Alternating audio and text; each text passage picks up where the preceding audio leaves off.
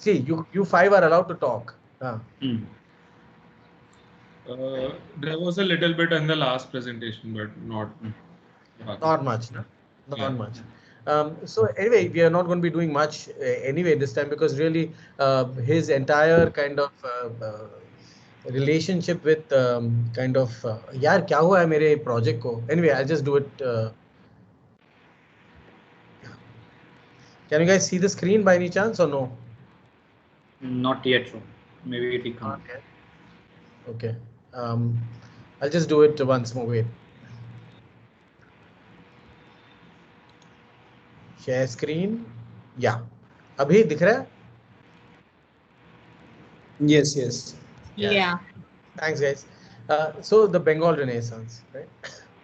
And we are going to break it up into two parts. We're going to look at one trend that leads to Shantiniketan and another trend that leads to this incredible building in India called Golconda, which is considered to be the first modernist building that was built in the country. But just to kind of, again, like we like to do, contextualize this entire movement. This is the timeline from 1970 to 1950. So it's 200 years on the sheet. And as you can see, this entire period that you have over here has, and we are only discussing Calcutta, because Calcutta really becomes the capital of the British Empire, of the East India Company. They are ruling the country from here. Over there, they have built all these incredible colonial buildings to where they imagine these buildings like palaces that are going to rule the country, like this building that we saw last time, 1803, the Government House in Calcutta. But along with the government buildings, there are many other institutions that are coming up. In 1780, what you're seeing here is the first newspaper to be printed in India. That's in 1780. Okay, you have organizations like the Asiatic Society, which is interested in looking at Asia and the heritage of Asia. That's established in 1784. And a lot of these organizations have these British kinds of people who are establishing them, but also that creates a certain impact on the upper caste, upper class Indian elite, who also in many ways want to be like their colonial masters. We've spoken, of course, of the 1835 Minute on Education, where we had spoken of Thomas Macaulay, who wanted to make an entire class of people who would be brown on the outside but white on the inside, if you remember the last time. So it's in this context that we are really discussing the birth of the Bengal Renaissance. An important thing to understand about this time is there was a radical change in the way that land and ownership was imagined by the British government. This huge famine had happened in, I think it was 1770. Okay, and because of that, the revenues that the British were getting were kind of greatly reduced. And they felt that it was largely to do with the fact that they were not managing the land well. So what they did is that they then put together this particular class and caste of people that was called the zamindars. And you all have heard the zamindars from multiple Hindi films. These zamindars then were put in charge of extracting rent from these different lands. So what happened is that the zamindari ka jo class hai, that became very, very rich and very, very powerful. So if you looked at Calcutta itself, the zamindars started buying these huge properties of land and building large mansions that they would then emulate their colonial masters. So they wanted to become like them. So you have these buildings like the Marble Palace, etc., that are built during this time. Okay. And Calcutta, though, continues to be divided into very two halves. On the left is what you're seeing, that grey hatch is kind of the black town, and everything you're seeing on the right with the large open spaces is the white town. Black people separate from the Indians. And the interface between them was usually done by these upper class sorts of people.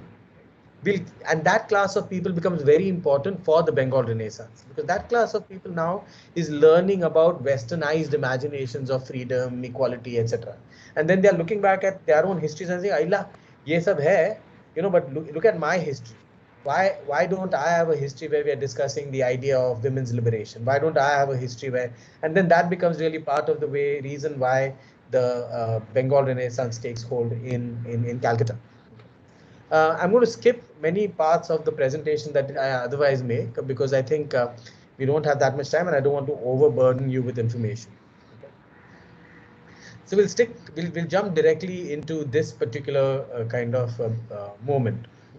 This is the life of Raja Ram Mohan Roy from 1772 till 1883. Right? And it is in this period that you see all of these incredible institutions being built: the Hindu College, the Government House, as well as the Marble Palace, an incredible mansion built for a zamindar in the heart of Calcutta. Also, the Macaulay's Minute on Education is also happening at the same time. Okay, the permanent settlement that made the zamindar the powerful sorts of people within Bengal, that is also happening at the same time. And of course, Ram Mohan Roy himself was involved with the establishment of perhaps one of the most important early reform movements in India, which is called the Brahmo Samaj. Now, the Brahmos, and the reason I'm going to spend a little bit of time on the Brahmos here is that because it really makes a big difference to everything that comes later. With the Brahmo Samaj, Raja Ram Mohan Roy is very influenced by Christianity, by his encounter with the colonial masters. He is well read. He starts kind of really thinking about the relationship between all the various religions.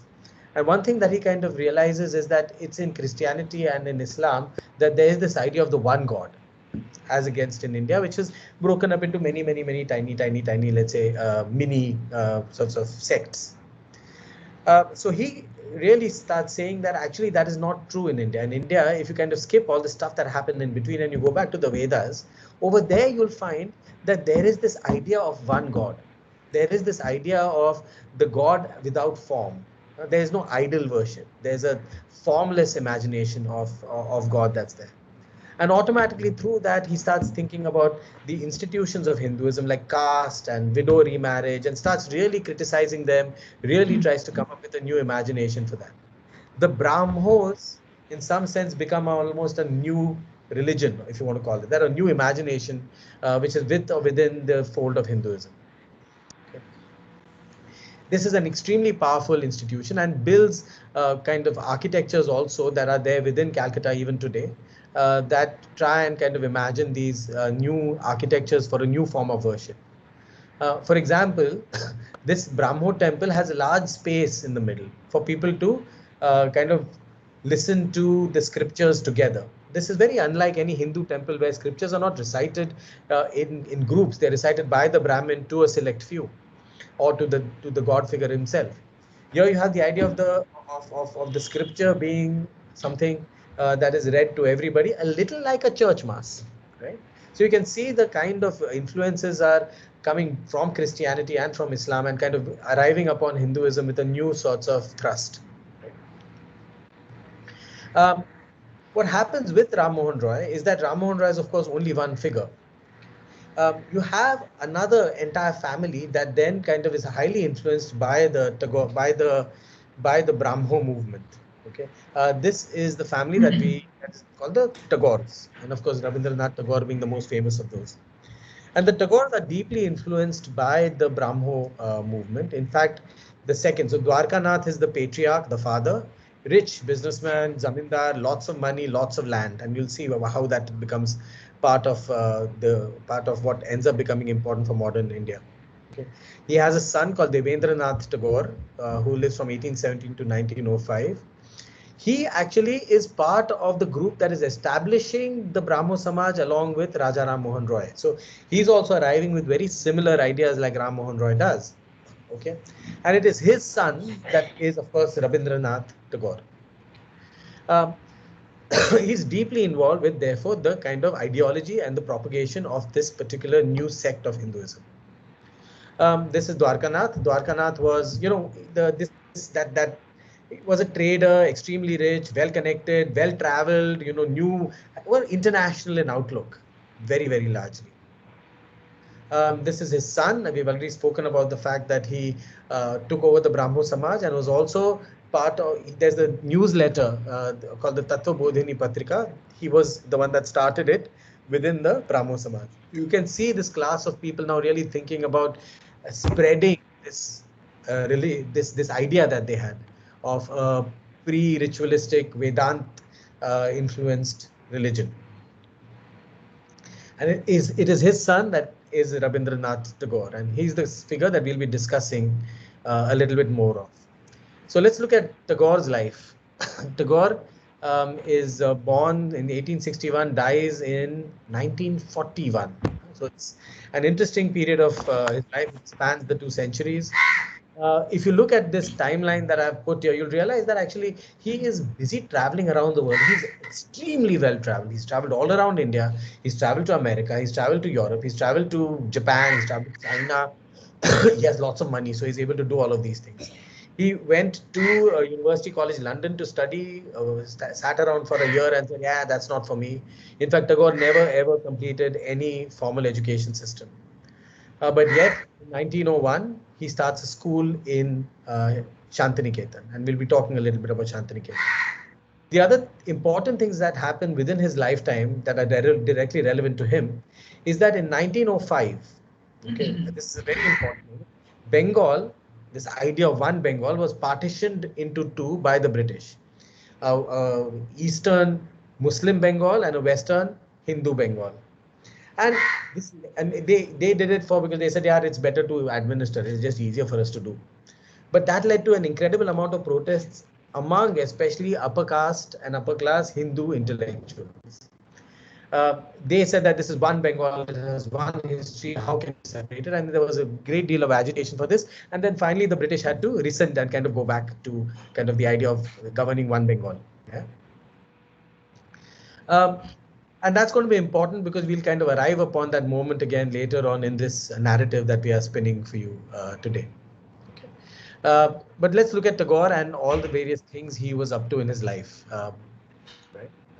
So this is Tagore. What's interesting about Tagore is that Tagore is very, very deeply influenced, of course, by the Brahmo imagination of the world.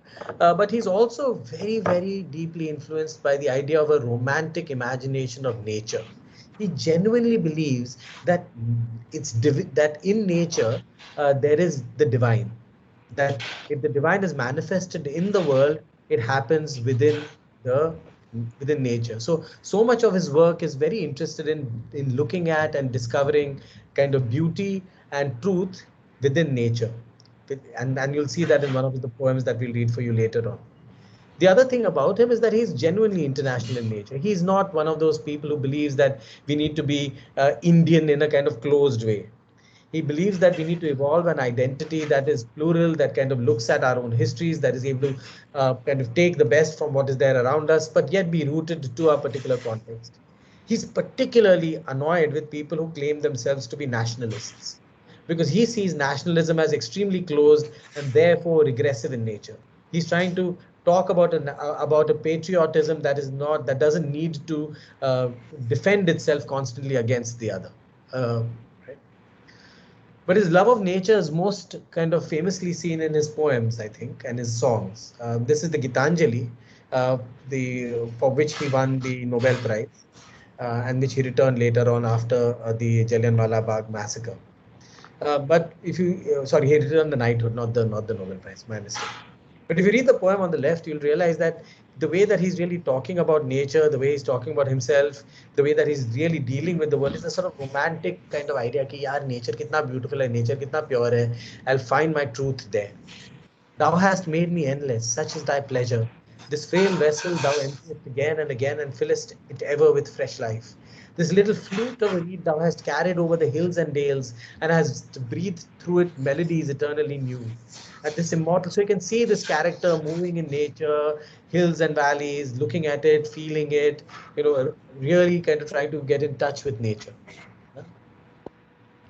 But the great thing about Tagore is that he was one of those people who never kind of stopped learning and never stopped trying new things. He did almost everything that he felt like it. Of course, he could afford to, that's there, but he did it. There are many people on earth who can afford to, but never took that plunge. He was, besides a poet, he was a painter. He started painting much later in life, and in his paintings also you can see the interests that he has in form, the human form, the forms of nature, and also to this kind of incredible kind of ways in which he's really even working with ideas of abstraction. He was also a composer of music, and anyone who's Bengali knows that Rabindra Sangeet is seen as almost a classical form of music, very much so. He composed music for theatre, he wrote theatrical pieces, and most of these songs are around the themes of love, nature worship, patriotism, and other such sorts of events. Okay. But what we are discussing actually is his role as an educator and as an architect. And we'll discuss the architecture in a little while.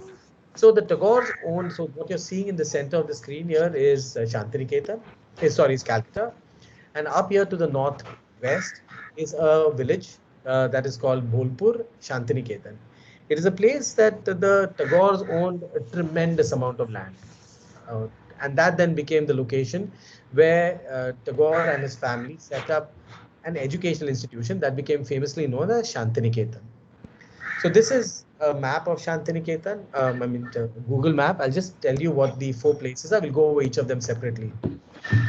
Vishwa Bharati University is the school itself, the art school, and that's Vishwa Bharati University. Purba Palli is a residential area. I guess you could call it as housing for the university. You look at the plan, it's a grid. Uttarayan, this area is actually the Tagore's house. And the Paush Mela grounds is a large ground right in the middle of Shantiniketan. And everything here is Bolpur, just that kind of city, the village that Shantiniketan is around. What's interesting is that the Paush Mela was created by the Tagores as a way of celebrating local arts and crafts. It has no religious sort of precedent. It was a way to kind of, in some ways, um, support the craftsmen of the region and the tribals of the region, who are the Santals. And the Santals and their art and culture then becomes an important way in which we start thinking about the idea of India. These are some images that are from the last Paush Mela that Mukul and I had gone while we were shooting Lime in Your Eye. Kaushik, of course, studied in Shantiniketan, so this was one of the sites that we went to. The fair has of course evolved, but it continues to have a unique flavor of the local arts and crafts that continues even today. But as you can see, the institution of Shantiniketan is very interested in evolving a uniquely Indian sort of mode of education. Really talking about thinking about ways in which one can evolve an education system about art and about culture of that emerges from our particular location. But it's interesting that the housing that is designed for the people, this area that I was talking about is called Purba Palli. Okay. Purba Palli was a gridded layout with large plotted pieces of property where the intellectuals and the elite of Calcutta were asked to come and build houses. And when they would come and build these houses, they would then participate in teaching or in helping with the activities of activities of Shantiniketan. So there's almost a modernist imagination of the way that the elite would then live within this particular neighborhood. You can see the kind of architecture also that is ground storied, evokes this Art Deco motifs, and has a certain kind of RCC modernism that's part of that language. But the rest of Shantiniketan is a little like this. It's a little messy, like any other Indian town. All this architecture that comes from different places. So Purba Palli literally is like an island of modernist little bungalows of the elite, right in the middle of. But Shantiniketan then becomes a place where not just where there's a great discussion on the idea of India and Indian art and Indian architecture, and it becomes a place where many artists start practicing, who become very important to the way in which we define our Indian identity. And we are going to kind of quickly go through some of these. These are important names. If you want to know more about them, you should do your own research, or you can ask me. I can send you some references as well. Right? The names are Abanindra Nath Tagore, who's the nephew of Rabindranath Tagore, and these two artists, Nandalal Bose and Ramkinkar Baij, who are both become very important to the establishment of what can be called the modern Indian art. This is one of the architectures that was built in Shantiniketan before the establishment of the school. This was in 1863, I think, which is Upasana Grah by Devendra Nath Tagore as a place of assembly. You have to remember that this is a Brahmo family that's doing this. Okay. You can see the motifs that look, that this is all Belgian glass. The architecture is a pavilion in a garden, highly influenced by European architecture. Right? You also have, and that's actually what existed before Shantiniketan actually was created. Uh, it's important to kind of have this sentence that I'm going to read this sentence, which R. Shivakumar does, who's a historian of Shantiniketan. He says, Shantiniketan artists did not believe that to be indigenous, one had to be historicist either in theme or in style. And similar to be modern, one has to adopt a particularly transnational formal language or technique. हमें history को revive करना है या modernist RCC बनाना है? It's not necessary. Modernism to them was neither a style nor a form of internationalism. It was a critical re-engagement with the foundational aspects of art necessitated by the change in one's unique historical position. So they are saying that what we need to do now that we are in this moment is that we need to re-look at art itself, architecture itself, and look at where is it that we can emerge our new modern Indian identity from. And we'll look at some of these experiments that were done in Shantiniketan as far as that is concerned. Um, very quickly, one of the important things to note is that Shantiniketan was established in 1919. Okay, the Bauhaus in Germany was established in exactly the same year, and both of them represent two very different ideas of modernity. Okay, so this constant idea that we have that modernity started in the West and then we arrived, then we took it as something that can be challenged very easily if you just look at the parallel timelines between the two countries. So it's just to kind of leave it out there. That's not to say that we were not influenced or they were not influenced, but once one has to kind of look at the relationships far more closely than simply say that Apu ne copy kiya. This is a character called Abanindranath Tagore. Like I said, he was the nephew of Tagore, and he was an artist, and he was very deeply involved with the Government College of Art in Calcutta, along with a person called E.B. Havel. They both wanted to really look at trying to evolve a uniquely Indian artistic practice. Until that point, at the Government School of Art, they were teaching you how to copy Renaissance paintings, Western styles of painting, etc. What these guys did is that they said that no, let's look at our own history or the history of the subcontinent. They looked at the paintings of Ajanta Ellora, they looked at the paintings, Mughal miniature paintings, and started trying to evolve a new language for art. One of the most famous paintings that emerges out of that is 1905. Remember the partition of Bengal. This is happening at exactly the same time. Abanindranath Tagore seems to be kind of reacting against this idea of partition by saying that this is India, and it's the birth of the image of the Bharat Mata. But this Mata doesn't seem like a particularly violent Mata. She's not astride a tiger all across the subcontinent. But instead, it seems she's like a Mata who's really looking at four different things: food in one hand, faith in another hand, simplicity and learning in the other hand. So there's this idea of an India that is, in a sense, a spiritual sort of being that is being evoked by this image. You also have paintings like this by Abanindranath Tagore, which are his illustrations of the Arabian Nights, where you can see the influence of Mughal miniature ideas of perspectives and kind of flattening of surfaces. The other important artist is Nandalal Bose. Nandalal Bose, this is perhaps his most famous work, done during the Gandhi's famous Dandi March. And this image becomes iconic of a certain idea of India and a certain idea of Indian art. So much so that he's even invited to illustrate the first copy of the Constitution of India. And these are the drawings that he does that are illustrations from the first Constitution of India. The third figure is Ramkinkar Baij. Ramkinkar Baij is a sculptor, and he is really thinking about the idea of the authentic kind of the idea of the Santhals. The Santhals, like I said earlier, were the tribal family that lived in the tribes that lived in areas around Shantiniketan.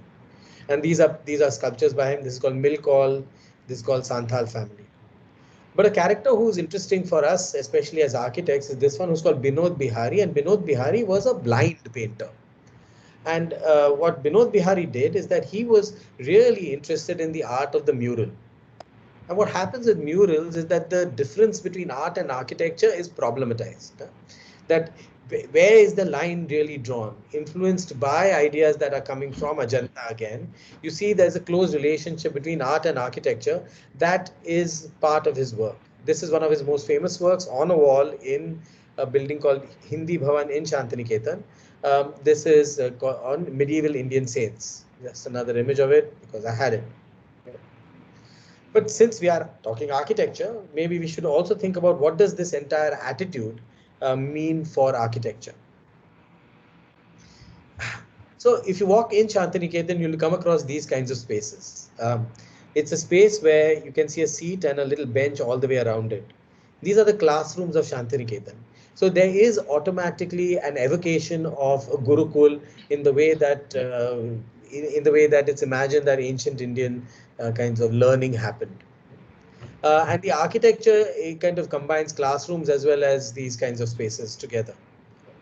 And the architecture itself is funky, is the only word I can use for it. It doesn't seem to be afraid of taking references from anywhere and kind of playing with them to make a completely uniquely strange language.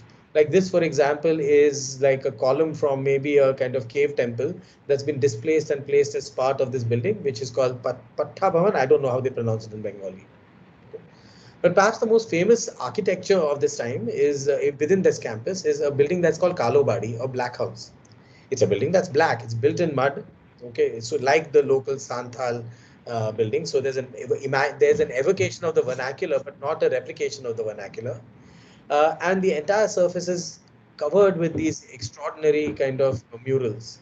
Murals that are evocations of rural life, evocations of nature, evocations of motherhood, all the various ideas. If you think about Bharat Mata and all the various ideas of India that were embedded within that, there are these images that you can see all over the building. Again, the blurring of the relationship between art and architecture. And you see that again in this building, which is Kala Bhavan, in the Kala Bhavan courtyard, an entire building who has these beautiful, wild black and white murals on the surface, which are again doing a similar evocation, nature and kind of the particular idea of India that's all over the surface. Very extraordinary to imagine that these buildings are also modern buildings, because too often we think of modern buildings as those that are only concrete. But these, you can make an argument to say that these are also in many ways modern buildings. Now, Mr. Tagore, the man was extremely rich and well off. I think we've established that. And he, in Calcutta, lived in within this entire kind of wild, dense fabric. This large plot of land that you're seeing is the Tagore House in Jorasanko. Right now, it's a museum. I'm just very quickly going to take you through a few images, which will give you a sense as to what kind of architectural language existed in that particular area. You can see that there is a sort of neoclassical feel to the whole building, to at least parts of it. So there's pretty much like you would imagine the zamindars trying to make buildings that in some senses would please their masters. That is the kind of architecture that Tagore is growing up in. Okay. But when he goes to Shantiniketan, he has this huge plot of land, and this is the large plot of land within which he decides कि यार मुझे कुछ time pass करना है. And he wants to use architecture as a way of trying to really discover what can be an architecture for modern India. And to do this, he has fun actually. If you ask me, he's really playing around with images and ideas. Most of these images, as well as the text, is coming from an article written by a friend of mine called Saptarishi Sanyal, who's done an article on this kind of entire campus, and he teaches at SPA. So he builds many houses, 7 houses actually. This is the first house that he builds, Dehali it's called, and Deh is the body. So there is a way in which, and this is 1904, there is a way in which he's trying to evoke the idea of the simple shelter, just simply the bodily needs. That is very much part of this architecture. It's built from the ground. It is part of the body of the ground as such. The second home is Natunbadi, which is the new house. And in this new house, he adds another floor on the top. And the reason why he adds another floor on the top is so that he's more in touch with nature. He can sit there and look at nature. And the Gitanjali, those poems that we read a little earlier, also come from this particular period in time where nature was imagined as a place for inspiration for the human to truly find himself. But the architecture that we find most entertaining and interesting happens within the compound of a building that's called Uttarayan, which is this large compound that I showed you. Within that, there are many houses. There are 5. And each of those houses represents an experiment with architecture. This is the first one. This is called Shamali. Shamali was made in close connection with Nandalal Bose and Ramkinkar Baij. You remember the 2 artists that we had spoken of earlier, who went about embellishing and decorating the walls. The entire building is made in this mud, and when I had gone there, it was under reconstruction. So these are photos I got from somewhere else.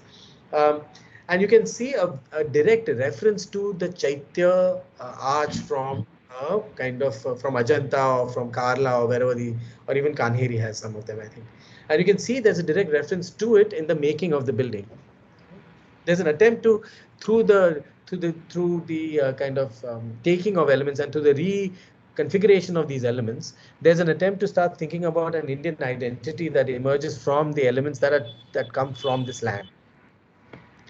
Konarak is the next, is another such house. This is 1918. This house is famous because it's called Konarak, and it's famous for having this large veranda that you're seeing that faces the eastern sun. Always there's this idea of nature as central when we are discussing anything concerning the architecture of Tagore. And we are also very interested in looking at where the references for these various parts come from. There's a ease by which these different elements seem to come together to form a new architectural language entirely. And we'll see the difference in especially this house. This is Udayan, whatever. It's a house that he built starting in 1919. Remember, the Bauhaus also started in 1919. And over here, you can see a very self-conscious architecture that is emerging out of eclecticism. Eclecticism means let's take the best from everywhere. Why do we need to kind of say कि ये हमारा ये नहीं है? सबसे लेंगे, we make the best. And in this case, he is highly influenced by the architecture of Japan. You can see it in so many elements all the way across the house. These large wooden screens that span from one column to the other, a lot of the tectonic detailing of the corbelling. Even inside, you have this Japanese bath almost that is there on the right. You can see the Japanese influences very, very clearly. And of course, there has to be a Japanese garden right at the back of Udayan itself. You can see even here, you can see the large circle, a lot of kind of Japanese influences very, very clearly representing themselves in this building. The last 2 buildings he built were much smaller in Shantiniketan. One is called Punascha and the other one is called Udichi. Punascha is largely kind of this large veranda again to sit under the trees and listen to poetry and listen to the birds sing in the morning. And this one, which is Udichi, where we climb one stair to go to the first floor. Curiously, Saptarishi Sanyal makes this argument that says that, oh, our friend, what's his name, Tagore had gone to Paris at that time. And in that time, he was familiar with Villas Savoy's drawings. So when he came here, he made his version of Villa Savoy, is what Saptarishi's argument is. I think it's an amusing argument. But the idea is that there is no program on the lower floor. All the program is on the upper floor. And there's a stair to kind of rise up and enter the building at the upper level.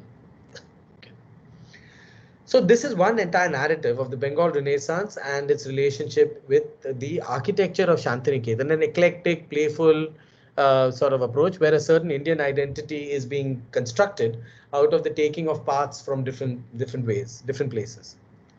The other narrative that we'll be looking at now, and largely through one building, is thinking about Vedanta itself, that also in some senses has a kind of tenuous relationship, but some sort of relationship with the Bengal Renaissance. This is a narrative that we'll kind of be beginning with Ramakrishna Paramhans. We'll be not talking about them too much, but just to kind of talk about this arc. Ramakrishna Paramhans' great devotee is Vivekanand, and Vivekanand is of course highly influential upon this man, who is Sri Aurobindo, and we'll kind of get to them soon. Okay. So this is another narrative that we are going to kind of just like quickly kind of go through. Okay. Brahmo Samaj established 1828. Remember that there is a whole narrative here that we are kind of going to. So this is the life of Ramakrishna Paramhans, 1836 to 1886. This in 1875. Paramahans meets Keshav Chandra Sen of the Brahmo Samaj. Okay. And Keshav Chandra Sen is highly influenced by the Paramahansa's imagination of the Vedanta. Remember that we are discussing this idea that the Vedas are the place where the true idea of the Hindu lies, the place where spiritual truth lies. Okay, so this is really an ideology that's being kind of emerging in confrontation with Christianity, etc. Uh, so Keshav kind of is highly influenced by Paramahans, and there's a new sorts of way in which even the Brahmo Samaj evolves or breaks up into two sections. But we are not interested in the Brahmo Samaj as much as we are interested in the next person, which is Vivekanand. Now, Vivekanand also meets kind of Ramakrishna Paramahans. Is all Calcutta. So I have been Calcutta people, and is highly influenced by Advait philosophy. Advait being that there's one God, there's unified oneness, there's oneness in God. Okay. He then goes ahead and establishes the Ramakrishna Mutt. He, of course, then very famously goes to America and makes his famous speech where he talks about us being brothers and sisters, everyone in the world. It's also this kind of, it seems as if it was this moment that Hinduism and a certain idea of Hinduism, not really Hinduism maybe, also started to become very popular in America. And this idea of the spirituality as Hinduism was kind of put together, and of course led to kind of the birth of yoga centers, and that entire movement became very, very popular. What's interesting is about the last character. The last character is Aurobindo. Aurobindo was a freedom fighter. He was jailed many times. He was a nationalist. He was also, with Tilak, one of the radicals within the Congress party. He was interested in a more violent sort of way in which we could then kind of fight for our freedom. Okay. In 1909, he was put in jail. And there he had a feeling that Vivekanand came and visited him in jail. Like, you know how Veda, how these God thingies kind of people, spiritual people do, they come like that in the dream and all. So when Vivekanand came, and this, it seems, really transformed Aurobindo's life. And because Aurobindo could not in many ways settle within British India, because he was after all seen as a possible terrorist, he then had to move to French India. So he moved to Pondicherry and established an ashram there. And that ashram, of course, is the Aurobindo ashram. And that entire story of Auroville, etc., begins from that point. While he's in Auroville, you have Mira Alfasa, French national. She also comes to Pondicherry, and then she and Aurobindo become soulmates, and she then becomes what is called in Auroville the mother. And the mother is this maternal figure who kind of heads in many ways the everyday activities of the ashram. One of the most important modernist buildings in India is then built by the Aurobindo ashram. It's called Golconda. It's built in 1935. Okay, it's built almost contemporaneous with some of the more famous modernist buildings, and way before, 20 years before Cobb has even set foot on the land of India. I'm going to and it's an important thing to think about, because this is Aurobindo himself on what the ashram was supposed to be. Remember, Aurobindo dies in 55, so he's around for a long time. Okay, the ashram is not a religious organization. Those who have come from all religions and some are of no religion. There is no creed or set or dogmas, no governing religious body. There are only the teachings of Sri Aurobindo and certain psychological practices of concentration, meditation, etc., for the enlarging of the consciousness, receptivity to the truth, P capital, mastery over the desires, discovery of the divine self, and consciousness concealed within each human being, a higher evolution of the nature. So if this architecture is going to be designed, what they're looking for is not all the sort of playful Indian identity kind of image games that Tagore was playing with. Here there is this idea that we need to kind of get to a higher evolution of nature. And what is the architecture for that? Who are going to be the architects for that? Well, there were there was one main architect, and there were two other kinds of who also were very much part of the process. One was Antonin Raymond, who was a Czech-American architect who had worked with Frank Lloyd Wright on the Imperial Hotel, which was being built in Japan. Okay. The second is Francois Sommer, who was also a Czech architect but not American. He had worked with Le Corbusier on the unfinished, and it was like a general plan that Corbusier had for Moscow that was never ever built. Okay. And the third character is George Takashima, who is a Japanese-American architect, who was put in jail during the war because Japanese were seen as evil during the war in America. So he was put in jail and was taken out by Antonin Raymond. So they were kind of together. And Takashima lived in the ashram for 2 entire years. Okay. The paisa to build this building, came from the Nizam of Hyderabad, whose name, and that's why the name Golconda. Golconda Fort se Golconda naam aata hai, because the paisa for the building was given by the Nizam of Hyderabad. Okay. Now, this is your kind of, this is a, I just, and okay, by the way, the Auroville Golconda has the most amazing archive online. Great website, lots of material there. Okay. And this is all from there. This is a letter written by Raymond. Okay. So it's interesting to just kind of, and where he's describing what kind of architecture we should be having. And I'm going to read a certain bits. A solution of great simplicity.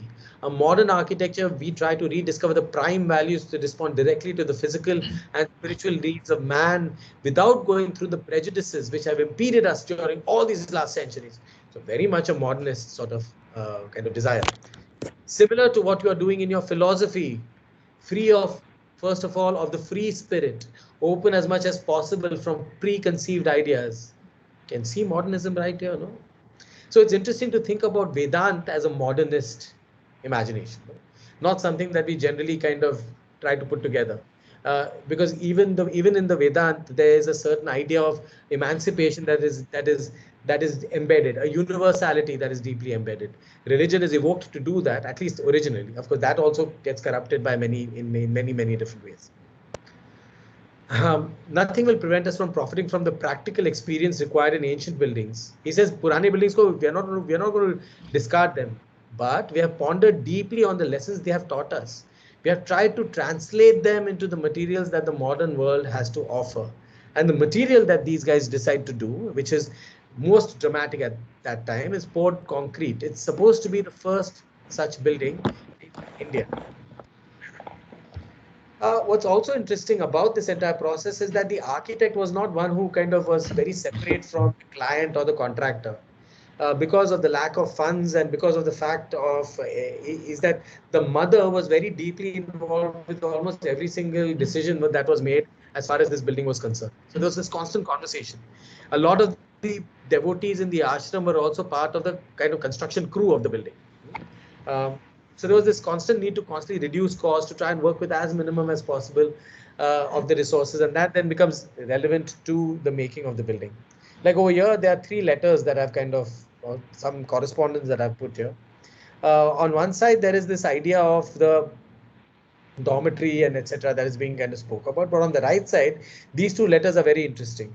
The first one is Sundaranand. Sundaranand is George Takashima. His ashram name was Sundaranand. Okay, the Japanese guy.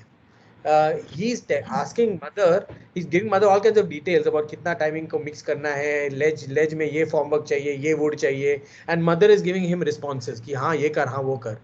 The one below is even more amusing, where Sundaranand is asking a kind of mother, yaar mujhe 800 rupees dena, mujhe America jana hai. And then mother is thinking, and he's giving a list of accounts. I need it for this, I need it for this, I need it for this. And then mother says, okay, I'll give you the money. So you can imagine the kind of relationship that is being created here.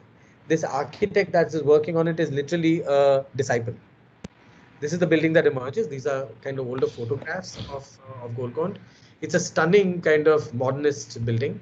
It's made out of 2 large kind of bars that are placed diagonally to catch the sun and the wind in Golconda, in Pondicherry. Okay, and there's sort of a compound wall within which this entire building is contained. These are some of the models and drawings of the building made by Raymond, and I love that drawing at the base because it just shows the kind of simplicity or the kind of cleanliness by which the building was even imagined as being made. Just this sort of like just a clean emptiness that merges the sky, the ground, and the building into one sort of surface. These are some of the initial plans that are there, the diagonal, and you have the kind of vertical circulation that's very much part of here. And these are all the cells where the monks were supposed to live. This is the section of the building. It's an interesting section. The section has is half sunk into the ground, so you have like a lower sort of space here, and you have a higher. You'll see it in some of the later photographs. Yeah, here you see the surface up here, and you see the sink here. You have a lower kind of lobby space, and from that lobby space, then you rise up into the building itself. I have unfortunately never been to the building, so I can only kind of speak through like these drawings and images. This is the space in between the two. You can see those fins that are there. Those are all kind of concrete fins that were cast on site by the devotees and by the workmen in Pondicherry itself. This is a raised platform which actually serves as a water harvesting tank. That water is collected from the roof and is collected in this tank, and then the water is used for gardening purposes. These are the stairs from which you rise up into the building, into the first level. You can see the black kind of Kadapa stone that's there at almost the same level as the green on the other side.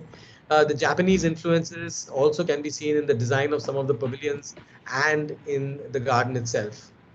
At the upper level, you have this idea of the breathing building. The building actually has these doors that you're seeing on the left are knit wood, so air can pass through them. You have glazing only at the top, which is this frosted glazing that you're seeing sliding, or whatever. I think it's sliding up there. Yes, and on the right side, it's sliding. And on the right side, you have this breathing kind of surface of fins that can be constantly operated. The story, of course, is that they didn't have enough. You have to understand that this building is being built right in the middle of the Second World War. And there's a lack of material that's there, especially steel. So the story is kind of, I heard while I was at the Matter conference last year, is that the kind of the devotees donated all the metal that they had, and then that was then spent to create a lot of the fittings that you're seeing within the building itself. Also, the rods, the Tor steel required for the RC, for the steel for the building, had to come from Japan by boat, and so they didn't have a dock to load it off. So the boat used to be parked outside. Then fishermen used to go and collect the rods, get them to the beach, and then hammer them so that they can become straight. So there's a lot of handcrafted sort of building as far as this. It's crafted. It's not necessarily like an old, like it's all. You know what I mean? There's difference between craft and construction. This is the raised sort of platform. It's exactly the same height, so that it also works as a platform upon which women can work and dry clothes, etc., etc. You see, the height has been calibrated so that gets exactly right. On the right, you have all these fins. Sorry. All of these windows also are breathing windows, allowing light and air to kind of constantly move through. But since this was the first time that such a building was being built, it was also felt necessary to build a model. So this is the model building that was built. It still exists in some corner of Pondicherry.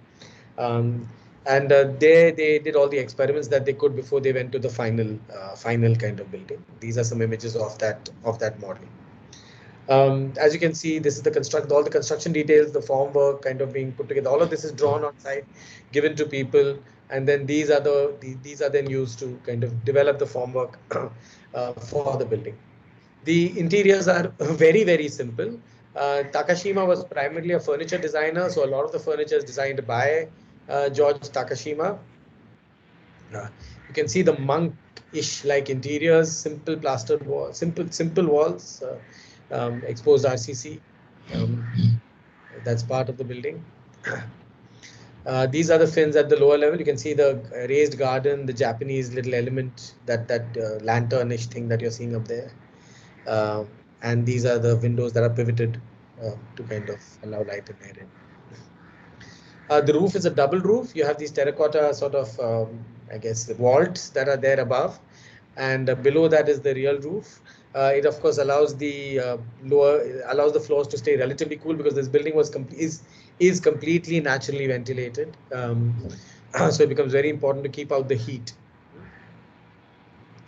This is the staircase, these wooden pieces. There's a long conversation in the correspondence where they're really talking about the quality of the wood, and the knots can be seen and it's not smooth. And there's this decision to say that that's okay, let's just let it be. Let the knots also be kind of seen for what they are. Right? Some like sexy details. So these are just there because they're cute details, right? This is a stair to go up to the laundry floor, and it's really kind of beautifully designed. So I just thought I'll kind of put it there. This is the place that they are. If you look at the right side, you see these clothes racks that are there on top. The clothes are dried here. The water drips, and these channels then collect the water, and the water is then taken down to the water harvesting tank. These are the fins, the fittings, etc. So this is an interesting thing to think about when you think about the India modern, because this is Nehru visiting the building in 1955. This is at the same time that Cobb is, of course, designing Chandigarh, which we haven't spoken of, but we will. To kind of look at this building within the history of modern or history of architecture. This is the timeline. What you're seeing above is famous modernist houses, and what you're seeing below is I guess you could call like 5 important moments within Indian modern architecture. The Bauhaus is 1925. 1919 is when the Bauhaus begins actually as a movement, but 1925-26 is when the building is built in Dessau, that famous Gropius building that we saw earlier. Villa Savoy, 1928-32, same year as the Barcelona Pavilion. Falling Water slightly later, although I had always, because earlier assumed that Falling Water would be earlier, but I was wrong. And it's in this interwar period that all of that crazy stuff is happening between the two wars. If you look at what's happening in India, you have actually Gandhi Ashram being built in 1917. Gandhi has just come back from South Africa, and he's evolving a certain imagination of the vernacular very much in 1917. At the same time, in 1919, Tagore is trying to evolve another kind of Indian modern, very much part of the eclectic traditions of Indian modern, looking at references, looking at Japan, etc. You have Ambedkar in 1930s designing his own house, which is this, let us separate ourselves from the past and build a modern imagination of India, which is in Rajgruha. You have Golconda that is built in 1935 and actually takes a long time. So it's actually built, it takes a long time to get built because it's built by hand and materials, etc. take their own sweet time to come, right? So this is a long period of time, but it started, according to the records, it starts being kind of put together in 1935. And you have Chandigarh that is happening in 1915, almost 15 years after the beginning of Golconda. I thought it would be fun to kind of place these two kind of ideas of Indian modern, especially since we kind of left off with colonial imaginations of what India was supposed to be, which actually ends at the Victoria Memorial and New Delhi. And then kind of we're pulling that trajectory and we're looking at now the new trajectories of the India modern that seem to be emerging at this particular period in our history. So besides, of course, the big Vedanta move, there are many other reform movements also that are retransforming the question of Indian identities, religious identities, etc. These are just 3 of the more important ones. Dayanand Saraswati and the Arya Samaj, which was established in Bombay in 1875. Another imagination of a Vedant-inspired Indian identity. Sir Syed Ahmad Khan, who is really trying to look at a new Muslim identity. And he, at the same year as the Arya Samaj, establishes the famous Aligarh Muslim University, 30 years almost after the Brahmo Samaj has been established. And of course, Jyotirao Phule, who is a reformer thinking about kind of lower caste identities and lower castes and women and development for that. We'll probably kind of come back to some of these narratives in the future. Most likely the Phule narrative is something that we'll open out a little further. But each of these narratives is also interesting to explore, to kind of think about our modernity as not equated with modernism, but really thinking, or a certain kind of modernism, but think about all the different modernities that we as Indians kind of occupy today. From next week, we'll probably kind of again go out of India and look at the international, and then come back to India a little later on. Shirish Janella, is there anything you guys want to add? No, I'm quite Rohan. This particular structuring of this lecture is is very different from what we did for the second year. I just realized, and Very, in very. the sense, very, in the sense that it suddenly brings into focus that period between the wars as the critical period where a lot of experiments were happening, and we have only listed some of them over here. But if we were to do a kind of a map of experiments between this period across India, we would have a plethora of sort of new sort of material, technology, aesthetic. Okay, we would be creating a kind of a mix of many of these kind of experiments. I just realized it's worth exploring that period itself, just as that period of Indian modernity just before the independence. Yeah. I'm going to stop sharing my presentation unless there's something in particular that anyone wants to see. Who are our 5 darlings who are supposed to respond? Hey, camera band kar diya, Devanshu. छुप गया Devanshu camera के पीछे. Yeah, Shreyansh. Yeah, Shreyansh is there. Yeah. Chalo, we are going to ask you. You have to ask something or comment on something. Every one of you, chalo.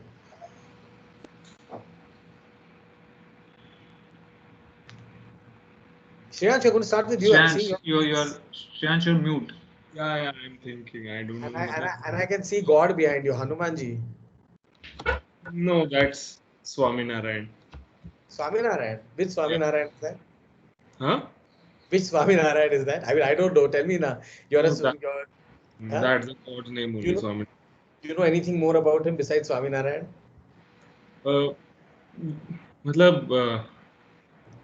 He was like a I don't know. देखो तेरे घर पे बड़ा एक painting है. But isn't Swaminarayan also reformist in that sense? That's what I was asking. Yeah, and I think there's a very interesting story. Even like the way it kind of continues today in the landscapes that it kind of where the missions are and all is very interesting. But yeah, Shreyansh, you'd like to tell us something more? So we had a lecture. We had a thing in history where we discussed the Akshardham in Delhi about some.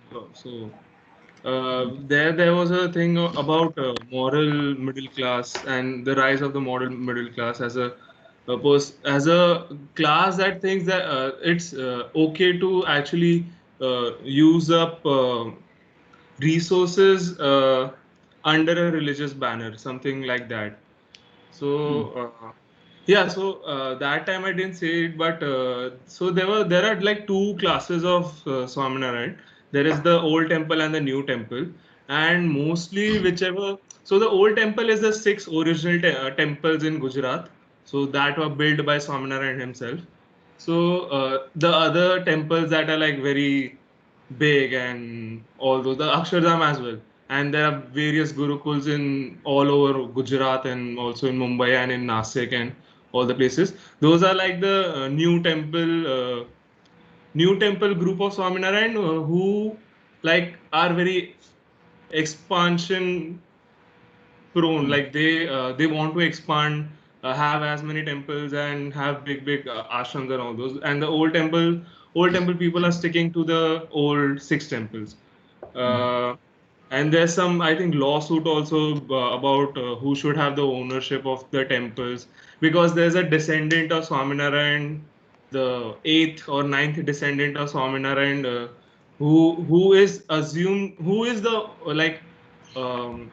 owner of all these temples. But now the saints of the temples are arguing that we should have the control of the temples, and how the money is used should be upon us and not upon you. So, are you religious? Do you pray? Yeah, you could say I pray. No, I'm just asking. It's not, but why did you laugh when I asked you that? Because it's a question that I'm not sure myself, and I wouldn't. I don't know what answer should I give. But it also affects a lot when you answer it yes or no. I wonder why, actually, because it's like a thing, no? Okay, in your class there might be so many people who are religious, but somehow religion, which was seen once as something that was public, seems to have been retreated into something like that's private, that we are almost embarrassed to admit whether we believe or don't believe or whom we believe. It's strange what has happened. I think believing in a religion is much different than being spiritual. I think so. Religion. When someone asks me religion, are you religious or so that would mean if you like follow the gods, the whoever I the think being ideas of that person. So I don't I think being actually. religious is different than believing in God. What is the difference? I don't know if you follow a religion, like it's not like some people even question like whether there is a God or not, but you still perform these religious activities, like as a ritual, as a tradition. So do you, Shantanu? No, No, this is that's I me, think Mohit. Mohit. This is Mohit, is it? Sorry, I don't know myself. No, I'm an atheist, so I don't. You don't. I don't believe No, in God, so I don't. no, it's an interesting thing because what seems But to, I but mean, but it's still kind of.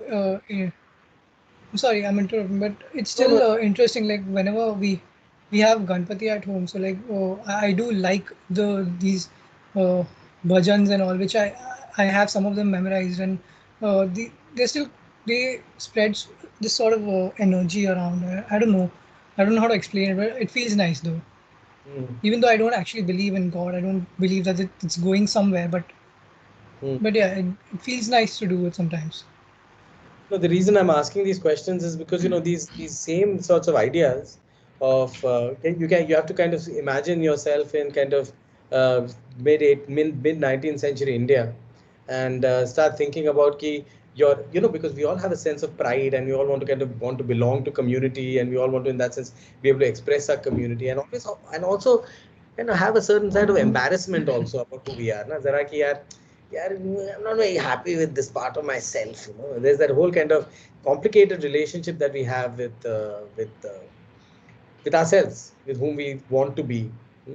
Most apparently in the famous ways in which we talk about Indian identity, like India is greater than Pakistan and this, and look at them and look at us. I mean, that all that shit kind of emerges from that. No? But not just that, it happens as far as language is concerned. It happens all in all these kinds of parochial ways. So it's interesting when you think about this idea of the modern and what the Brahmos are trying to do, because they seem to kind of also want to. They have that same trauma actually. If you ask me, they have a similar kind of trauma. They're like, यार ये क्या हो रहा है यार? We are losing our kind of the great our identities are currently being completely dispersed. We need to reconstruct our identities, and maybe we need to find something in our past, and when you say our past, that's always a selective past, but nevertheless, in our past, okay, that we can then write our identities into, and then they find this idea of the universal truth, Brahman, which is there in the Vedas, and then they say that okay, over there we have this idea of oneness that is there, and all this other shit didn't matter, but because in Hindu philosophy we have this idea of oneness, no.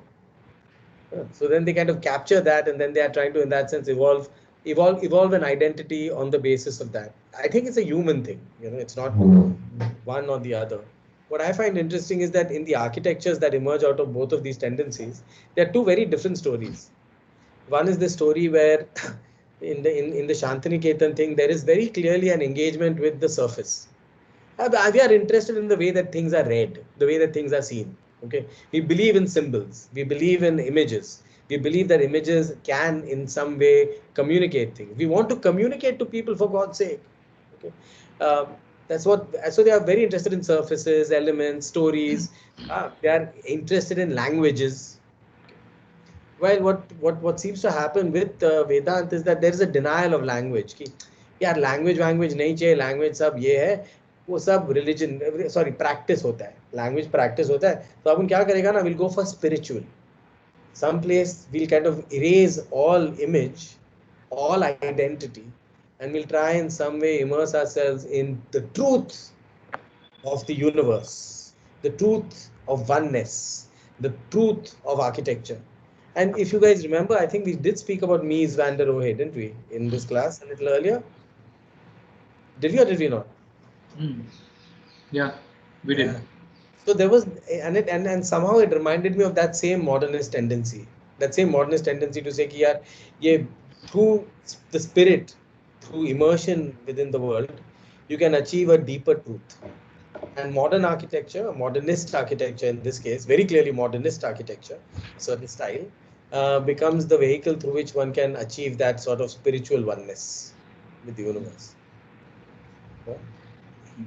Also another aspect, one that which we didn't have in this presentation is the fact that there's a lot of scientific discovery and movement which is happening at the same time, and so it is not that it is only in the realm of sort of social changes or philosophies that things are changing, but that science is starting to play a very big role in creating understanding of the world. Yeah, and for example, I just realized that Jagdish Chandra Bose is actually he's a natural his major is natural science, and he goes on to discover components of microwaves and radio waves and so on and so forth. And his father actually is a very hardcore Brahmo, and so he comes from an upbringing which is inspired by the entire Brahmo kind of movement. Okay, and father pushes him to go for scientific kind of explorations, and he goes on to make some of the most important discoveries in the field of science, coming out of this kind of upbringing and the kind of movements of Bengal Renaissance. And I'm saying that there are many such sort of examples across the Indian subcontinent around the same time also that are in sort of playing their parts in the scientific movement as well, which is worth sort of thinking about while we are looking at architecture. But I'm very much interested also in this idea of reform and what happens to the idea of reform post 1970s and post 1980s and 1990s. You know, where is the idea of reform in that sense? Has that movement of reform ended, or now that reform is what we understand as economic reform, and it's in that now reform means that. Okay, because in when you're looking at Vivekanand or the mother, I mean, the idea of reform is very different there. You know, bringing some if the idea of reform is changing the life of people by bringing them out of poverty, it is done with some other mediums. It's not necessarily done only by sort of economic. I'm just thinking about what happens to the idea of reform today. Hindu reform has become Hindu nationalism. That's what's happened actually. There's been a move into that. You know, that has been its kind of trajectory. And even many kind of organizations that were earlier more plural have actually turned more and more kind of, I guess you could say, conservative nowadays substantially. So it's a good question to think about, because the idea is where does the reform lie, and I don't know really. So it's not very nice. Devansh, you have something to say or contribute to the conversation? Yeah. So regarding also the point of the identity. So the one term which kind of I kind of saw exciting was that eclectic, I think so. Yeah. So the term eclectic, that it's not a single identity. Like there's also some kind of identity kind of attached to certain kind of certain kind of structures or things. So regarding like looking back at my AD also, like where I was studying the educational system of an ashram only, a Gurukul. So there also I had a chat with Rohan also. So regarding this, that where the people who come into the Gurukul and like contribute to the kind of growing of the system and the infrastructure there, they kind of bring in their own ideas, and it's not kind of कि हाँ ये ऐसा ही arch होना चाहिए और like this doesn't look good or something like that. It's always कि what's new or like हाँ इधर से इंस्पिरेशन लेके हाँ ये अच्छा दिख रहा है, this might look good वगैरह वैसा kind of thing. So it's that kind of I think was interesting to me. Anyone, you want to say something? Anyone? Madhura? Should we? Yeah. Yeah. I'm here. No, I mean it was a lot of information to process. Actually, there are a lot of people on, and very few that I have that I had already heard about. And I mean, I'm not sure if I took all of this information right, but it was very interesting to actually know how even even identity of different kinds of Indian architecture come along, because we've always been looking at these different movements or these different manifestos in different countries, but and in India we always looked at these vernacular kind of architecture from different regions, and how they've been coming along because of the climate, because of the history, but we never looked at what are the inspirations that in Indian architecture might also have, and how have they sort of been coming along? What are the different types that have emerged through these different inspirations, and how has it kind of gained an identity? I'm not sure if I took it right, but I mean that's what I feel That's a about. good, actually. Yeah, this ये vernacular का जो फंडा है ना कि हमारा vernacular architecture. I have always thought that that is also a modern movement, because it seems as if it happens like when Tagore is building his house out of mud, he's doing it to talk about the Santhal family, but he's doing it because he wants to evolve an identity in the face of colonialism, which happens because of modernity.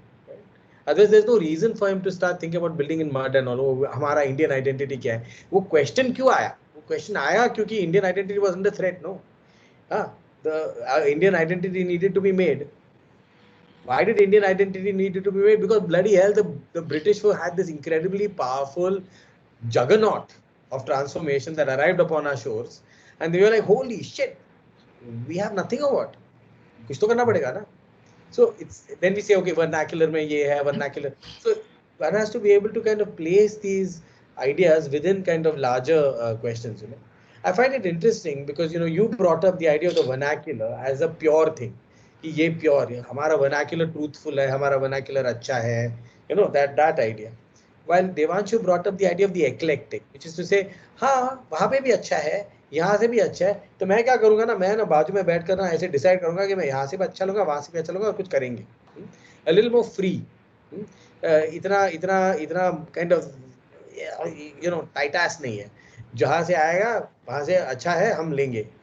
ये जो इसका ये second year में एक बच्चा है, नाम Shyam Hazare, you know him? So Sham said something quite interesting to me. He said, जे आमचं ते चांगलं नाही, ते चांगलं ते आमचं. What's ours is not necessarily good. What is good is ours. He had this kind of way of putting it, which I found to be quite nice actually. It's a playful way of trying to really think about how we define our identities. The problem has been with the eclectic is that very often people say कि यार फिर तू है कौन, तू तो कुछ नहीं है, तेरा वैल्यू ही नहीं है, तेरा ट्रूथ क्या है. ऐसे बहुत सारा लोग बोलते हैं ना कि ये ऑथेंटिक तू कौन है. तो इसीलिए वो बहुत ऐसे डिफिकल्ट क्वेश्चन बन जाता है. I am completely for like eclecticism personally, but I understand that it leads to trauma. People don't know, people are not able to kind of place some, because what has happened now is that with purity there's morality. If it's pure, it's considered to be good. Impurity is considered to be bad. If I say impurity is good, people are going to look at me strangely. So purity and morality seem to be very closely related. So then that becomes an issue. Therefore, you go back to the vernacular because that's pure and true and all of these things. Athira had something also to say. Athira was also there, as one of the five. Aksira was not there, somebody else. Somebody else was there. Oh, it was the Akriti. Yeah, sorry. Yeah, I want to say something like similar on lines of what Madhura said, that basically it's picked up from like different places of the world, like Indian modernity in that sense, and they've kind of like tried to contextualize them in a way, like if that makes sense. Like Yeah, absolutely. The idea of the context becomes kind of an important thing to think about. And in what context do you define Indian modernity? See, everything is going to be defined on the basis of something else. Na? You can't define something in Hawa. So it becomes interesting to think about कि ये context का फंडा क्या है, किसके context में हम define कर रहे हैं. अभी हमारा अगर हमें आज इंडियन मॉडर्निटी को डिफाइन करना है, अगर आज इसी समय पर हमें डिसाइड करना है कि हमारा कंटेम्परेरी आइडेंटिटी क्या है, तो कैसे डिफाइन करेंगे हम? और आर्किटेक्चर में अगर हमें डिस्प्ले करना है तो हम कौन से रेफरेंसेस करेंगे? क्या हम ऐसे बोलेंगे कि ये जो फॉरेन से जो आए हैं वो खराब है, उन्हें निकाल दो क्योंकि वेस्टर्नाइज्ड है?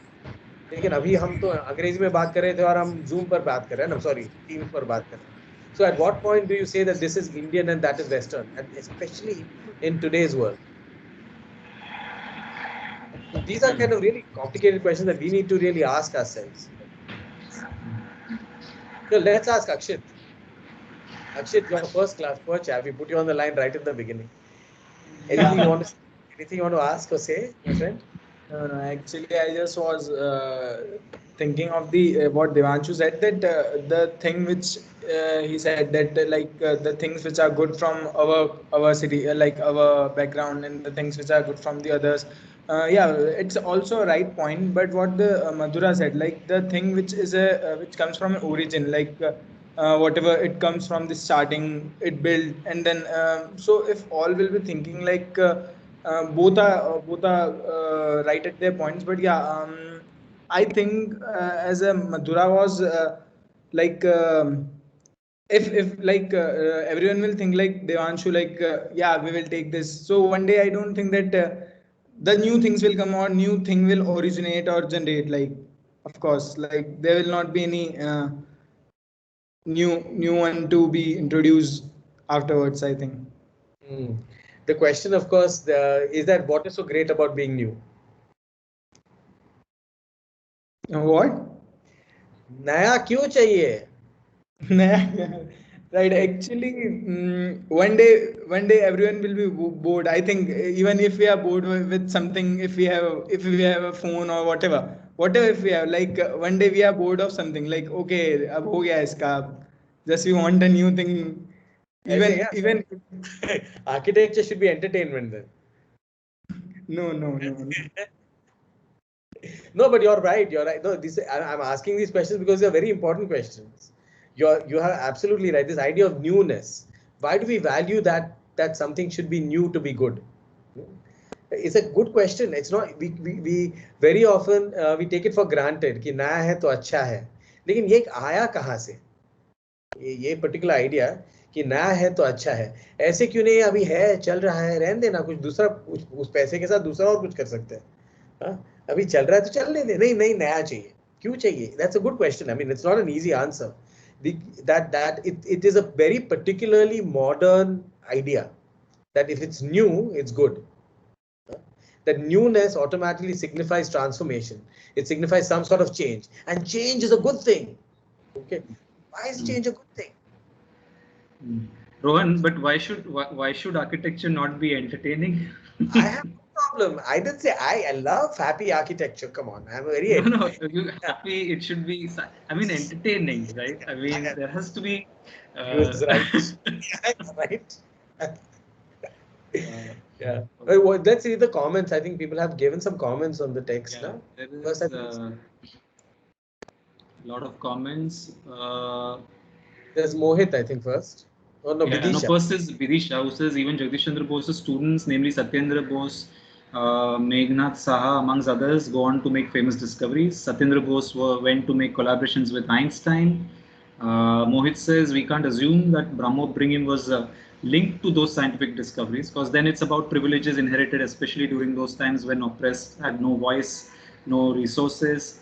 Like I just think that shouldn't be linked to religion. I said perhaps, but that he was surrounded by Brahmo thoughts, I thought was interesting.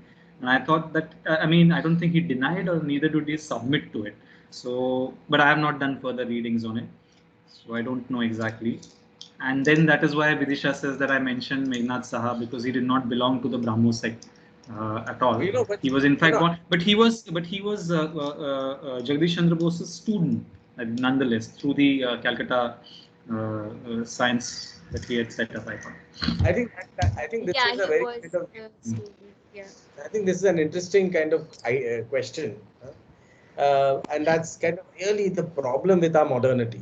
Problem with Indian modernity is that, and something that we have not been able to necessarily come to terms with, that our modernity is an upper class modernity. You know, it is really one that we have inherited because of the British wanting to create the merit on education, the creation of a certain class of people. That class was a class that was, in that sense, privileged. You know, they had access to this entire kind of world. And because they anyway were in positions of power, they in many ways dictated what was considered valid, invalid for a modernity. So even in the way that these guys looked at the Santals, the Brahmos, they looked at the Santals as these exotic people who are from the earth. You know, in a sense, they exoticized them. They made them like, oh, so they made like nature. Yeah, the Santals are close to nature. And by doing that, they also in many ways made themselves the sophisticated ones, and the Santals the how should I call it, the primitive ones. Those beauty in that primitive, and that's, I think, one of the legacies that we have. I mean, we can go about kind of breaking it apart as much as we like, but that is the truth of our modernity. You know? It's the plain fact of it. We can be embarrassed by that, and we can slam it, and we can say, and we can really look for all the screw ups that have happened because of that inheritance. Okay, but we can't deny the fact, unfortunately for us, that that is the inheritance of our modernity. However, and I want to kind of keep that caveat. Okay, one should also not presume that this modernity was not also something that allowed for the emancipation of many people who were before either oppressed. Okay. These modernities really enabled many people who otherwise would not have privilege to access education, healthcare, a lot of a lot of things. You know, just Phule's story, Ambedkar's story is just representative of one of those. Huh? And it also can't be said that just because the privilege belonged to a particular kind of class and caste, they were embedded in their history. You can't blame them for being embedded in their history, right? Okay, given the circumstances of their own kind of backgrounds, like we are all embedded in our history. I cannot become who I'm not. I can't. It's just impossible to do. At the most, I can understand somebody else, but I can't become that other person. And these guys are all those characters. Given the circumstances of their backgrounds, they did the best that they could. They did the best that they could, is what I would like to believe, because I'd like to give them some sort of, like, you know, they're human beings, man. People make mistakes, right? So anyway, this is the way that I would kind of like to kind of see that. So Mohit, you're absolutely right.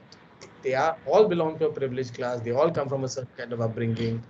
But one cannot deny the fact that they were important people who contributed important things to our modernity. You know? They were limited by what they could and couldn't do because of their privilege, and they were also highly privileged because they were able to access all these systems which otherwise other people could not have. You know, that is also true. It's the most difficult thing for us to come to terms with today is that.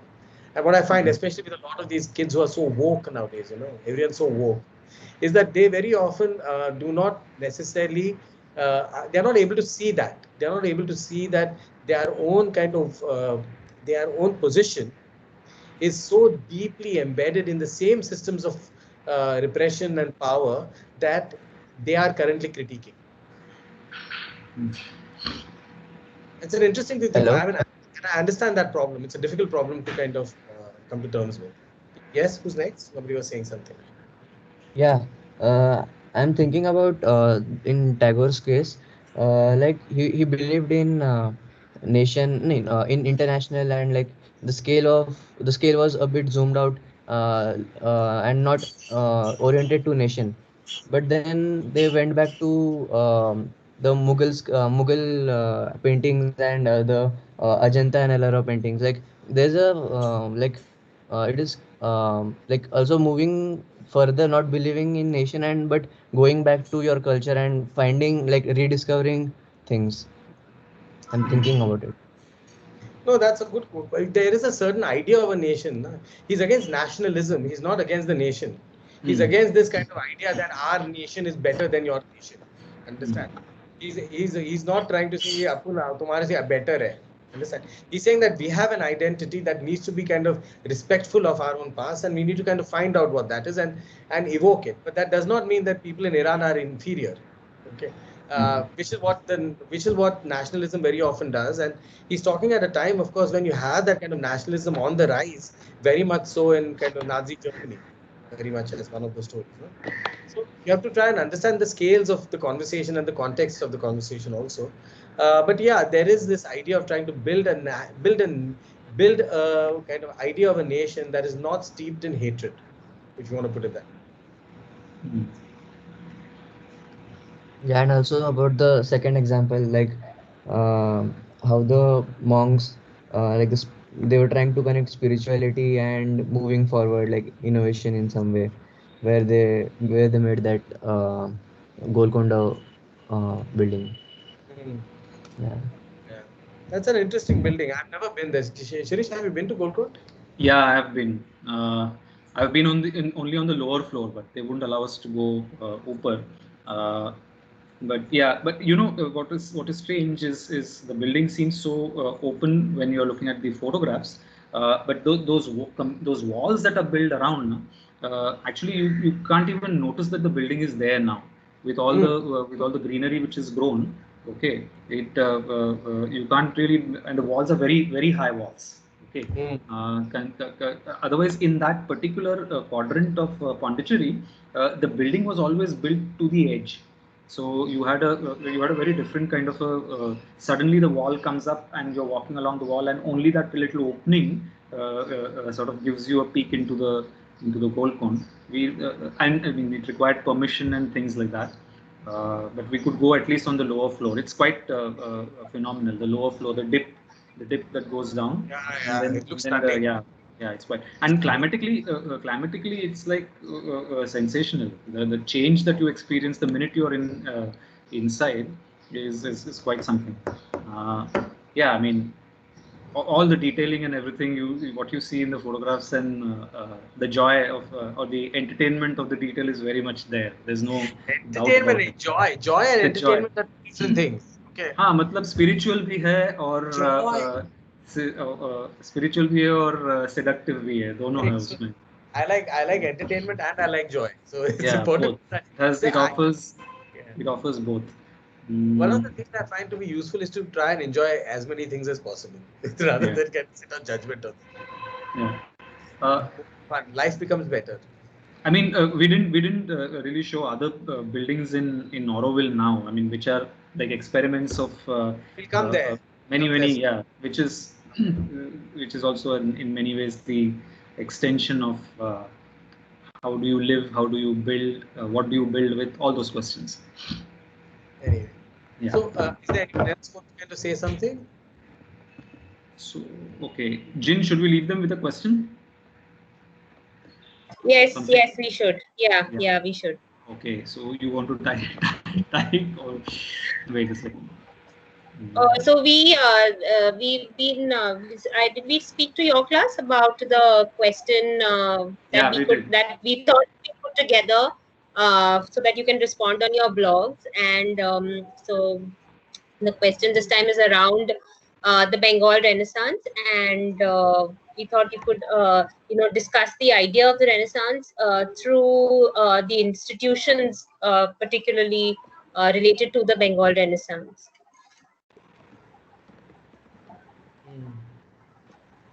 So remember that this is a you don't need to kind of be very, very deadly serious about this, you can please play around with it, go online, get some material, have some fun with it. This is more of kind of a game to play. By the way, Satyajit Ray also studied in Shantiniketan, so he's also in some senses one of the trajectories that comes out of the same damn shit, same damn place, sorry, same Bengal Renaissance stuff. What I wanted to say, one more thing. So I'll just tell you guys a little bit about what we are planning for next class. Next class, we'll kind of jump out of India again. We'll go back to the beginning of the 18th century, and we will start thinking about the idea of utopia, and we'll kind of discuss some of the utopias that emerged out of the industrial era in Europe. So that's what we'll be doing next. Okay. Is this kind of structure okay with you guys, or do you guys want something else? If you want some, by the way, we are very open to suggestions. Let's be kind of very blunt about this. So if there's anything you guys want to discuss, if there's anything that you'd like to have more of, less of, do let us know. Because one of the things that happened, of course, is that every time we have these conversations, one of the comments is that there was too much. Is that so? Is this too much? Should we reduce the amount that we do within a class? Akriti, what do you think? Madhura?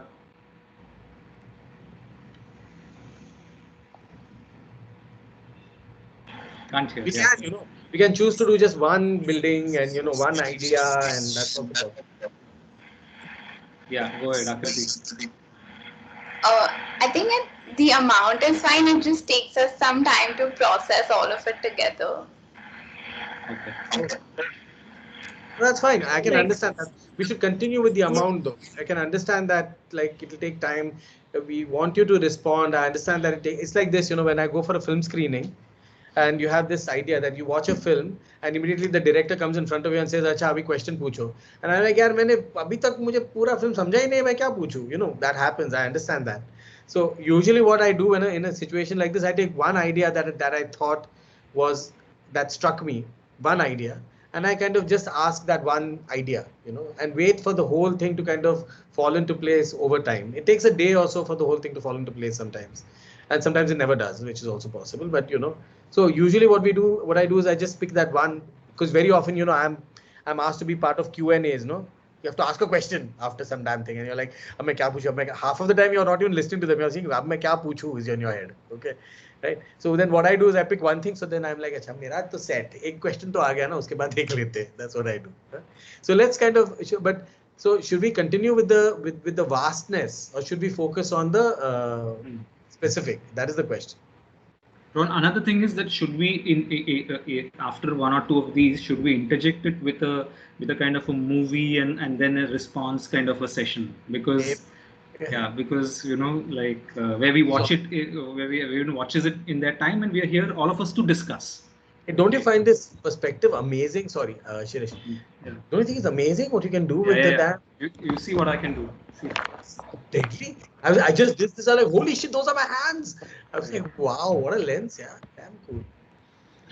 No, so I'm thinking that maybe we do one or two sessions like this, that we come here just to discuss ideas. And we don't. We watch a movie and we bring something. We'll plan that. Yeah, it's a good idea. Maybe especially we could do that. Finish the modern kind of presentations, and let's just do one session of just any question. Actually, you are allowed to ask anything. Yeah, anything.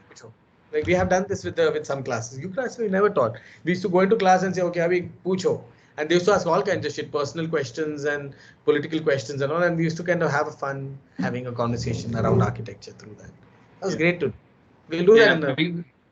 We didn't have anything to say to them in those classes, so we went and we said that हम लोग कुछ बोलने के लिए है नहीं. Like that. So if okay. But okay, scale is okay, vastness is okay, numbers of the thing is we are giving you all these examples, like reason why I'm filling this up with examples is just so that you guys also get a set of references. Otherwise what happens is that then somebody like if you don't know this, it'll become a problem. ऐसे होता है हमारा. Rohan, these PPTs should be put in files so they can see it in their time. Yes. So I've sent you the PDF of this. Yeah. So that I think I've put it. That we do every time. I send you guys the PDF. I'll put it up. I have earlier recording. I've put it up on Streams, so you can find it in the Streams collection, and I'll put this one also. All Okay. right. Hello. Peace. Yeah. Hello. Yes. Sorry. Somebody. Yes. Hi. I just wanted to ask you, is it okay if in our blog post we can we make a blog based on what we take from the class rather than answering some specific questions? Yes. Because Yes. it gets really tough Yeah, for even I a lot wanted of to people. Like we can use this as a reference, but like just Yes. okay. Thank you Yes. so much. Yeah. Yes. Yes. Go Yes. ahead. Yes. Yes. Yes. You can use your blog to post selfies. I don't care. Okay. You just have to talk about it seriously. Yeah, sure. Thank you. Okay. Sure. Thank you. Okay. Bye. Okay, bye. Thank you. Bye. Thank you. Thank you. Bye bye. Bye.